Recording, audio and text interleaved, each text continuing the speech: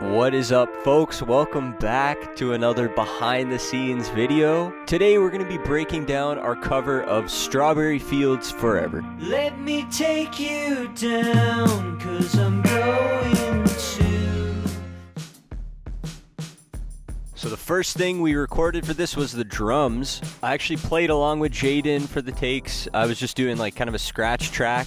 As far as microphones for this one, it's pretty much the same setup that we usually use. We opened up the high tom quite a bit. There's some pretty signature Ringo fills in this one, so it was a lot of fun to lay down. That floor tom, we had the bag on it, and also that snare we have really tight with that t-shirt on it and kind of muffled. So as you may know, that first half of the song is recorded at a slower speed, and then the second half is this faster speed, and then it's slowed down so that the pitch and the tempo coincide and match up with that first half. Let me take you down, 'cause I'm going to Strawberry Fields. Nothing is real. So we actually did the drums at that faster speed for the second half after the tape splice at the chorus there. So Jaden played this a lot faster, and then we slowed it down with the Vari-Speed tool in Logic.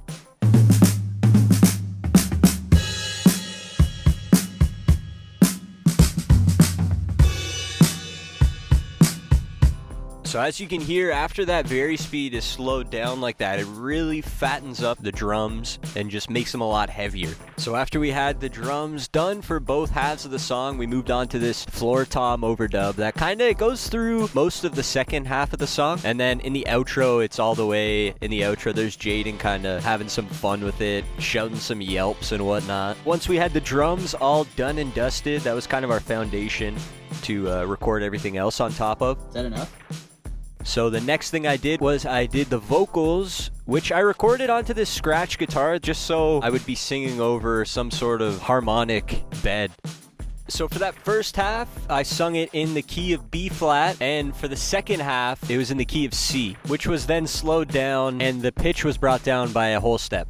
So on day 3, I got most of my other stuff done and recorded. So I started with that bass, which is just plugged directly into my SSL2 interface and going right into Logic from there. And the bass guitar is actually only in the first half. There's no bass guitar in the second half. And then it was time for that rhythm guitar, which was recorded through an Electro Harmonix Hot Tubes with kind of a light drive, really a clean tone. And then into my Twin 2 and mic'd up with a Shure KSM 32. This guitar, like the bass, is only in the first half, and I actually ended up doubling this just to make it a little thicker. The next guitar I recorded is just for the intro. It's this Mellotron sample on the original track, but for our version I resolved to just play it on my guitar. And it's doing this slide thing and also this rhythmic kind of pulsing thing. Very briefly does it happen in the track. And then we got this lead guitar, sort of a dirty tone. I recorded it in the faster speed and then slowed it down, but it kind of has this like Indian flair kind of going on. It's got the flat 7 in there, a little Mixolydian thing going on.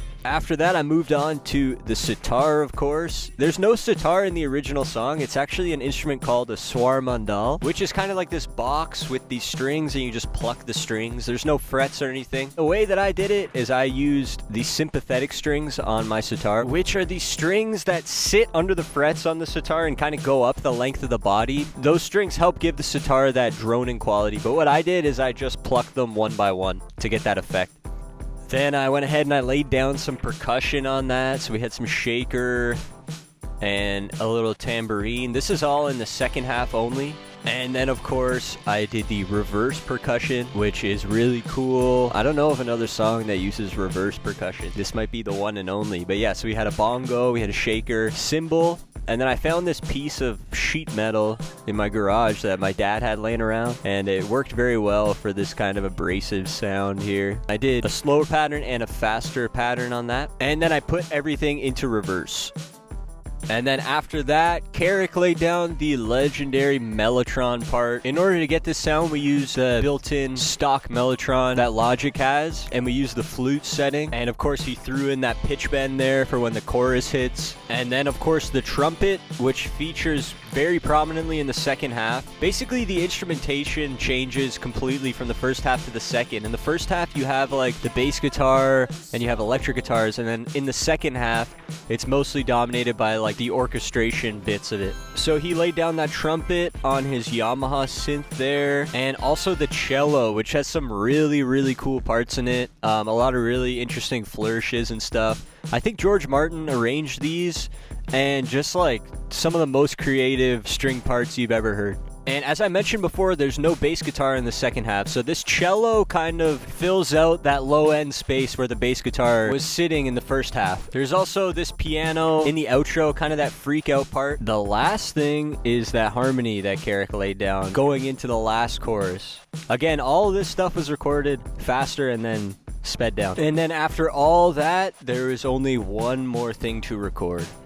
Cranberry sauce. So after we had everything done, all the cranberry sauce and everything, it was time to mix the tracks and then put them together to create that one composite final take. So if you'd like to see all the mix moves that I ended up making on this one, there is an in-depth Logic project breakdown over on our Patreon, which is linked below in the description of this video. Thank you so much for watching, and we'll be back very shortly with another behind the scenes video for you guys. Peace and love.